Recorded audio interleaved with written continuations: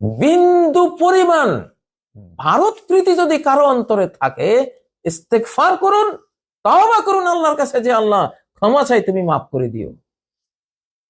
৭১ ভুল করেছিলেন, এদেরকে খুব ভালোবেসেছিলেন, আল্লাহর মনে কষ্ট দিয়ে তাদেরকে বন্ধু বানিয়েছিলাম আমরা। আল্লাহর নিয়ম আছে, আল্লাহর মনে কষ্ট দিয়ে আল্লাহর কোন শত্রুকে বন্ধু বানালে সে শত্রু দিয়েই আল্লাহ আপনাকে ভোগাবেন। বন্ধুত্বের প্রমাণ তো পাচ্ছেন, আমরা ভুগেছি। ইনশাআল্লাহ আমি আশা করি আমরা যখন ভারত প্রীতি থেকে তওবা ইস্তেগফার করে ফেলেছি, আলহামদুলিল্লাহ, এই ফারাক্কাও থাকবে না, টিপাই মুখ বাঁধও থাকবে না, তিস্তা ব্যারেজও থাকবে না, এই ডুম্বুর বাঁধে ঘাতক বাঁধ, এই যে